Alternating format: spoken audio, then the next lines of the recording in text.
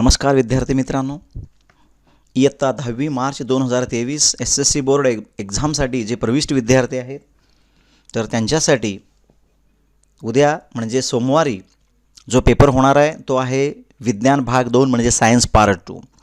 मित्रांनो, तुम्ही पाहिलाच असेल की सायन्स पार्ट फर्स्टचा पेपर कसा होता, अतिशय सोपा होता आणि सर्व पेपर हा ऑब्जेक्टिव्ह असल्यासारखा होता। आणि विशेष मी नेहमी सांगत असतो की तुम्ही टेक्स्टबुकचा रीड करा। तुम्ही टेक्स्टबुक जर वाचला तर नक्कीच तुम्हाला सायन्स पेपर पार्ट 2चा सुद्धा पेपर अतिशय सोपा जाणार आहे। तुम्ही पहिल्यापासून व्यवस्थित रीड करा, पार्ट वगैरे करायची सुद्धा गरज नाही। मला वाटतं सायन्स पार्ट फर्स्टमध्ये फक्त सायंटिफिक रिझन सोडला तर बाकीचे सगळे हे ऑब्जेक्टिव्ह टाईप होते, त्यासाठी तुम्हाला टेक्स्टबुक रीड करणं गरजेचं होतं। तर मी नेहमीपासून आग्रह करतो की टेक्स्टबुक रीड करा, परत कुठल्याही गोष्टीची तुम्हाला गरज भासणार नाही। उद्या अजून एक दिवस वेळ आहे तर तुम्ही संपूर्ण टेक्स्टबुक वाचा, त्यामध्ये भरपूर असे महत्त्वाचे प्रश्न आहेत। तर याच्यामध्ये जास्त वेळ न घालवता तर तुम्हाला कुठले महत्त्वाचे प्रश्न येऊ शकतात त्याबद्दल इथं व्हिडिओ बनवत आहे। परत मी पुन्हा सांगतो, हेच प्रश्न येतील असं नाही, पण मोस्ट प्रोबेबल असू शकतात। तुम्हाला अभ्यास करताना लक्षात येऊ शकतं की आपण काय केलं पाहिजे आणि काय नाही। तर चला मित्रांनो, अधिक वेळ न घालवता आपण सुरू करतोय। तर पहा, 3 महत्त्वाचे प्रश्न नेहमीच आलेले आहेत। डेफिनेशन्स कुठले तर ट्रान्स्क्रिप्शन, ट्रान्सलेशन, ट्रान्सलोकेशन, त्यावर ट्रिपलेट कोडान, डेफिनेटली हे दरवर्षी 3 मार्काला। आता हे जे प्रश्न दिलेले आहेत हे 2, 3, 4 सगळेच याच्यामध्ये समाविष्ट केलेले आहे टॉपिक वाईज। मी असं कुठलाही 3 किंवा 2 कशाही पद्धतीने येऊ शकतो। त्यानंतर इथं फिगर मी दाखवलेलं आहे तर ते कनेक्टिंग लिंकचं आहे, तर ते काही वेळा फिगर देतील आणि तुम्हाला त्याच्यावर नावं काय आहेत, हे कुठलं प्राणी आहे सांगायचं, कोणाचं कनेक्टिंग लिंक्स आहे। तर मी तर शक्यतो ते जे नाव आहे ते सुद्धा तिथे दिलेलं आहे, तर पेपरमध्ये तिथं डॅश डॅश असं येऊ शकेल। तर इथे चार्ट दाखवलेला आहे, ॲनिमल्स कनेक्टिंग लिंक, तुम्ही ते शोधून लिहा। डकबिल, प्लॅटिपस, पॅरिपेटस, लंगफिशमध्ये काय आहे। तर अशी चार्ट जे आहे ते चार्ट भरपूर पेपरमध्ये असतील निश्चितच। What are the main objections of Darwin's theory, Darwin's थेरीमध्ये काय ऑब्जेक्शन्स होते, 3 मार्काला प्रश्न येऊन गेलेला आहे। तर खाली एव्हिडन्स ऑफ इव्हॉल्युशन म्हणून एक चार्ट कंप्लीट करण्याचा आहे। Fill in the blank space हे सुद्धा प्रश्न दरवर्षी म्हणजे मागे 2-3 वेळा येऊन गेलेला आहे, तर नीट पहा। अशाच पद्धतीचे जास्त प्रश्न येण्याची शक्यता आहे। तर हे कंप्लीट द ब्लँक स्पेसेसमध्ये हे मी पुस्तकातलंच घेतलेलं आहे। इथं मध्ये फिल इन द ब्लँक्स असू शकेल, त्याचा सिक्वेन्स वेगळा असेल, तर ह्या पद्धतीने हे दिलेलं जे आहे ते करेक्ट आहे। या पद्धतीने तयारी करून ठेवा। तुम्हाला पेपरमध्ये जर मागे पुढे सिक्वेन्स बदलून दिला असेल तर तुम्ही ते सिक्वेन्स दुरुस्त करायचं आहे। त्यानंतर आपण पुढे जातोय पुढच्या प्रश्नाकडे। तर यामध्ये परत हे जे आहे अमिनो ॲसिडचा 3 मार्काला प्रश्न येऊ शकतो। काय होऊ शकतो तर प्रोटीन आणि डिफरंट अमिनो ॲसिड जे आहे त्याचं तुम्हाला इथं काय करायचं आहे, गॅप देतील किंवा हे चार्ट वाईज सुद्धा असू शकेल, तर तुम्ही त्याचा सुद्धा अभ्यास करणार आहे। तर तुम्ही या पद्धतीने अभ्यास करा। हे जे आहे क्रोमोझोम्स फार वेळा येऊन गेलेला प्रश्न आहे आणि गिव्ह सायंटिफिक रिझन मात्र इथं मी 2 दिलेले आहेत। नीट पहा। Oxygen is necessary for complete oxidation of glucose, fibres are one of the important nutrients. तर मी 2 दिलेले आहेत, त्याच्यात 4 होते, त्यापैकी तुम्ही दोन्ही करू शकता, हे सुद्धा करू शकता।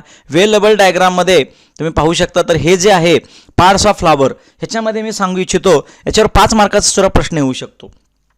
एक्सप्लेन सेक्शुअल रिप्रोडक्शन असं येऊ शकतं, किंवा असं फक्त फिगर देतील आणि वर गॅप म्हणजे 5 मार्काला जर आला तर 5 असे डॅश डॅश असतील तर फक्त तुम्हाला लेबलिंग करायचं आहे 5 मार्कासाठी। ह्या दोन्ही पद्धतीने येऊ शकतं, तर त्यासाठी तुम्ही त्याची तयार करायचं आहे। त्यानंतर पार्ट्स ऑफ ह्युमन मेल आणि फिमेल रिप्रोडक्टिव्ह पार्ट सिस्टीम जे आहे मेल आणि फिमेल यापैकी कुठला तरी एक प्रश्न पेपरला येऊ शकतो। काही वेळाचे फिगरसुद्धा आलेले आहेत, ते सुद्धा नीट बघून घ्या। त्यानंतर डेफिनेशन, मेन्स्ट्रुअल सायकल डेफिनेशन आणि त्याचे 4 हार्मोनची नावं तुम्हाला सांगायचे। 3 मार्काला हा प्रश्न येऊ शकतो, याचं नीट वाचन करा। रिप्रोडक्शन अँड मॉडर्न टेक्नॉलॉजीमध्ये मॉडर्न टेक्नॉलॉजी कुठे आहेत, IVF टेक्निक असेल, सर्व गोष्टी मदर असेल, तर ह्याचंही तुम्ही तयारी करून ठेवायची, नीट वाचून ठेवायचं आहे। आणि हा जो प्रश्न आहे हा यावर्षी मोस्ट प्रोबेबल वाटतो मला, कंप्लीट द चार्टमध्ये सेक्शुअल आणि सेक्शुअल रिप्रोडक्शन 3 मार्काला हा प्रश्न येऊ शकतो, कदाचित 5 मार्काला सुद्धा हा येऊ शकतो, तर ह्याचासुद्धा नीट करून घ्या।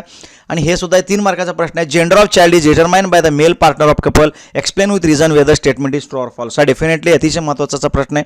त्यानंतर आता याच्यामध्ये प्रश्न क्रमांक 3 मध्ये ते 3 मार्काला प्रश्न असतात, त्याच्यामुळे काही पॅराग्राफ दिलेला असतो। पॅरेग्राफ हे पुस्तकातलं असू शकतं आणि त्यातले वर शब्द वगळून हे वर ब्रॅकेटमध्ये दिलेले असतात. तर अशा पद्धतीचा इथं टेक्स्टबुकमधला मी दिलेला आहे एक्सरसाइजमधला. तर तुम्ही जेव्हा रीडिंग करता पुस्तक टेक्स्टबुक तेव्हा तुम्हाला कुठलाही दिला असेल तर तुम्ही सहज लिहू शकता. तर त्यामुळे टेक्स्टबुक रीड करा एवढंच माझं म्हणणं आहे. फक्त रीड करा, कुठल्याही पद्धतीचं पाठांतरसुद्धा करण्याची गरज नाही. Explain the concept of IVF technique हे 2 मार्काला येऊ शकतं. Which precaution will you follow the maintain the reproductive health हा 3 मार्कासाठी प्रश्न काही वेळा येऊ शकतो. परत इथं चार्ट अशाच पद्धतीत जास्त चार्ट असणार आहेत. फॅक्टर्स अफेक्टिंग इन्व्हायरमेंट 4थ्या टॉपिकमध्ये येतो आपण. अर्थक्वेक, डिफॉरेस्टेशन 2 मार्काचा प्रश्न आहे. नीड ऑफ एन्व्हायरमेंटल कॉन्झर्वेशन हे 3 मार्काला येऊ शकतो. त्यानंतर इथे तुम्हाला मुद्दाम दाखवलेलं आहे big story of small man. तर हे जे जादव मोलई पेंग आहे ह्याचं कदाचित पॅरेग्राफ देतील, ह्याच्यावरचे प्रश्न तुम्हाला शोधायचे आहेत. किंवा काही वेळा काय होऊ शकतो तर ह्याच्यामध्ये फिल इन द ब्लँक्स तुम्हाला करायचे. तर हा जो आहे व्यवस्थित तुम्ही रीड करून ठेवून द्या, ह्याच्यावरचे काही वेळा प्रश्न येऊ शकतात. आता बघा महत्त्वाचा म्हणजे प्रश्न क्रमांक 3मध्ये हे तुम्हाला जे 6 फिगर दिसत आहेत त्या 6 पैकी डेफिनेटली 3 फिगर येतातच दरवर्षी. हे सहीच्या सही फिगर व्यवस्थित सिम्बॉल नोंद करून घ्या कुठल्याही 7 फिगर. तर तुम्हाला हे लक्षात आलंच असेल, तुम्ही केलाच असेल. आणि खाली हाऊ कॅन बायोडायव्हर्सिटी कन्झर्व्ड हे 3 मार्काला एक 3-4 वर्षापूर्वी आलेला प्रश्न होता, परत यावर्षी रिपीट होण्याची शक्यता आहे. तर हे वाचून ठेवा व्यवस्थित.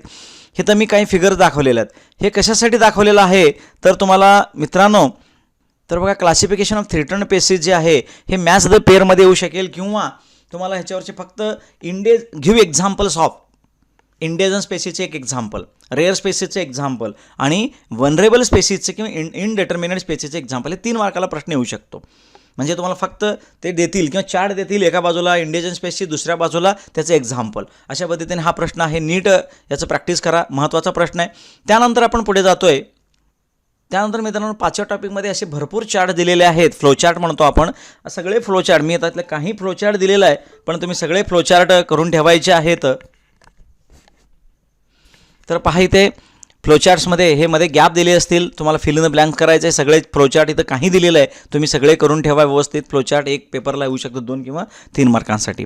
त्यानंतर एक महत्त्वाचं बघा, इथं फिशन रिॲक्शनचं एक फिगर आहे, ते फिगर येऊ शकेल आणि त्याच्यावर 3 प्रश्न येऊ शकतील. What is the name of this reaction किंवा कुठलं एलिमेंट याच्यात वापरलेलं आहे, ह्याचा वापर कशासाठी आपण करतो तर हे लिहिता येतं. What are the problems associated with nuclear power generation, which gases are release due to incomplete combustion of fuel, असे काही प्रश्न तयार केलेले आहेत मी. तर असे प्रश्न येऊ शकतात. इलेक्ट्रिक जनरेशनचं परत एक फ्लोचार्ट दिलं आहे तुम्हाला. आणि तर खाली एक तुम्हाला माहितीसाठी सांगतो, सोलर टू सोलर ॲरे कसे तयार होतो, तर ह्याचं मी फक्त फिल इन द ब्लँक सारखं दिलेलं आहे. 3 मार्काला हे फिगर येऊ शकेल कदाचित. तर ह्याचंही व्यवस्थित तुम्ही रिडिंग करायचं आहे. त्यानंतर क्वेश्चन एक्सरसाइजमधला हा एक चार्ट आहे, हे चार्ट नीट बघून ठेवा. 3 मार्काला सुद्धा कदाचित येण्याची शक्यता आहे. आणि इथं 2 सायंटिफिक रिझन मी दिलेले आहेत, एकूण 4 ते 5 सायंटिफिक रिझन होते. आणि इथे एक प्रश्न आहे पहा, give opinion about hydraulic plant, it is whether eco friendly or not, हे महत्त्वाचा प्रश्न आहे. What are the advantage and limitation of solar energy, तुम्ही करून ठेवा व्यवस्थित. त्यानंतर आपण पुढे जातो इथं पुढच्या 6व्या टॉपिककडे. तर हा चार्ट आहे, फ्लो चार्ट, व्यवस्थित त्याची माहिती करून घ्या. 9वीला सुद्धा झालेला आहे, 8वीला झालेला आहे. तर ह्याच्यामध्ये तुम्हाला व्हॅल्यू टाकता येतील. हा मागे आलेला आहे प्रश्न आहे, परत रिपीट झालेला आहे. ऑर्गॅन ग्रेड सिस्टीम, तर हे सुद्धा बघून ठेवा. मी फक्त फ्लो स्क्रोल करत जातो. एक्सप्लेन फायलम्स, आता मी फक्त इथं 2 फायलम दिलेला आहे, ॲनेलिडा दिलेला आहे, आर्थ्रोपोडा आणि क्लास मॅमेलिया. तर कदाचित याचे प्रत्येकाचे 3-3 तुम्ही कॅरेक्टरिस्टिक लक्षात ठेवायचे आहेत. हे व्यतिरिक्त बाकीचे सुद्धापैकी कोणीही येऊ शकतं, कुठलंही. मला वाटलं की ह्याच्यापैकी कदाचित येईल म्हणून मी दिलेलं आहे, पण तुम्ही सगळं करा, त्याच्यातले वाचून ठेवा. सायंटिफिक रिझन 2 दिलेले आहेत, ह्या दोन्हीपैकी डेफिनेटली येऊ शकतो. हे दोन्ही चार्ट महत्त्वाचे आहेत बघा एक्सरसाइजमधले, व्यवस्थित लक्षात ठेवा काय येऊ शकतं 3 मार्कासाठी.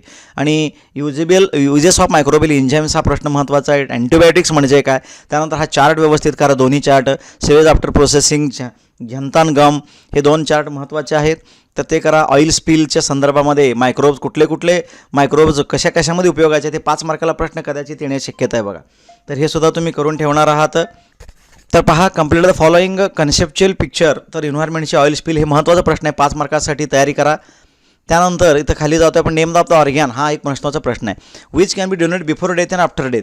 कदाचित मला वाटलं की ह्याच्यामध्ये क्लासिफाय म्हणून ते कदाचित सगळे ऑर्गॅन्स डोनेट करणारे ऑर्गॅन देतील, आणि त्याच्यात डोनेट बिफोर लाईव्ह असताना, जिवंत असताना कुठले डोनेट करायचे आणि डेथ झाल्यानंतर कुठले डोनेट करताय, त्याच्यासाठी तुम्हाला क्लासिफिकेशन कराव्या सांगू शकतात कदाचित.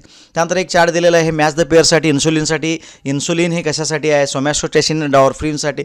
हे सुद्धा तुम्ही व्यवस्थित वाचून ठेवा. त्यानंतर युजेस ऑफ स्टेम सेल 3 मार्कासाठी महत्त्वाचा प्रश्न आहे, व्यवस्थित करा. त्यानंतर आपण पुढे जातोय. Identify complete the following correlation हे 1 मार्कासाठी याच्यातला एक प्रश्न येतो, याच्यातला एकच प्रश्न येतो 1 मार्कासाठी पहिल्या प्रश्नामध्ये. म्हणजे पहिल्या प्रश्नामध्ये बीम असतो बा, त्यातला एक हा डेफिनेटली असणार आहे. परत हे फ्लोचार्ट जास्तीत जास्त फ्लोचार्ट सगळे करून ठेवा. या टेक्स्टबुकमध्ये जेवढे फ्लोचार्ट आहे ते सगळे करायचे आहेत. आणि पुढे येतोय आपण इथं बघा, क्वेश्चन नंबर 3मध्ये एक प्रश्न असतो, what will you do. Definitely 3 प्रश्न येतात, ह्यापैकी 3 येतात 1 मार्काला. तर तुम्ही नीट करून ठेवा. मी सगळेच काय घेतलं तर कुठलेही 3 येऊ शकतात, त्यामुळे तुम्ही, आणि ह्याला ओपिनियन आहे, तुम्ही व्यवस्थित लिहिला त्याचं ओपिनियन तर तुम्हाला 3 डेफिनेटली मार्क सहज मिळणार असा प्रश्न आहे. त्यानंतर काही वेळा Q3 example of each, hobbies, diseases असे प्रश्न येतात, तर हे सुद्धा करून ठेवा. तर नेमके आणि कमीत कमी प्रश्न मी इथं घेतलेला आहे, जेणेकरून एकच दिवस शिल्लक आहे त्या वेळेमध्ये तुमचा अभ्यास झाला पाहिजे, कारण की सगळं देऊनसुद्धा काय उपयोगाचं होणार नाही. व्हॉट विल यू डू हे सुद्धा असेच आहे, त्या पद्धतीचं वरचेच इथं सुद्धा तुमचा पर्सनल ओपिनियन आहे. आता टाईप ऑफ डिझास्टर मी हे चार्ट दाखवलेलं आहे, याच्यातले काही प्रश्न येतात. कसे येतात, जिओलॉजिकलचे एक्झाम्पल, ॲटमॉस्फेरिकचे एक्झाम्पल कुठले, त्यानंतर बायोलॉजिकलमध्ये कुठले, असे हे फक्त एकदा वाचून ठेवा व्यवस्थित. यातलं 1-2 प्रश्न कदाचित येऊ शकतात. कंप्लीट द टेबलमध्ये डिझास्टर आहे, सिम्पटम्स, इफेक्ट अँड रेमेडी वर जे दिलेले आहे तेच तुम्हाला इथं खाली सगळे टाकून त्याची माहिती लिहायची आहे. तर हा सुद्धा महत्त्वाचा प्रश्न असण्याची शक्यता आहे. त्यानंतर खाली येतो आपण आयडेंटिफाय टाईप ऑफ डिझास्टर. आताच मला वर चार्ट दाखवला, ते चार्ट जर केला तर तुम्हाला टेररिझम, हिपॅटायटिस, फेमिनी हे कुठल्यामध्ये येतात तुम्हाला सांगता येतात. इथं काही साईडला पिक्चर दिलेलं आहे, ते पिक्चरवरून तुम्हाला क्लासिफाय करायचं आहे कशा संदर्भातलं चित्र आहेत, तर तुम्ही काय प्रिकॉशन घेऊ शकता. आणि कंप्लीट द फॉलोइंग चार्ट म्हणून एक आहे, properties of pre disaster management. तर हे सुद्धा कदाचित 3 मार्काला येण्याची शक्यता आहे. तर अशा रीतीने मित्रांनो, मला वाटतं तुमच्या लक्षात आलेलं आहे. आणि उद्या एकच दिवस वेळ आहे, जास्त टेन्शन न घेता जास्तीत जास्त रीडिंग करा, टेक्स्टबुक रीड करा पहिल्यापासून व्यवस्थित. जसं आपण कुठल्याही गोष्टीचं पुस्तक रीड करतो तसं या पद्धतीनं रीड करा, डेफिनेटली डोक्यात बसणार आहे. सगळ्यांना शुभेच्छा. थांबतो. धन्यवाद.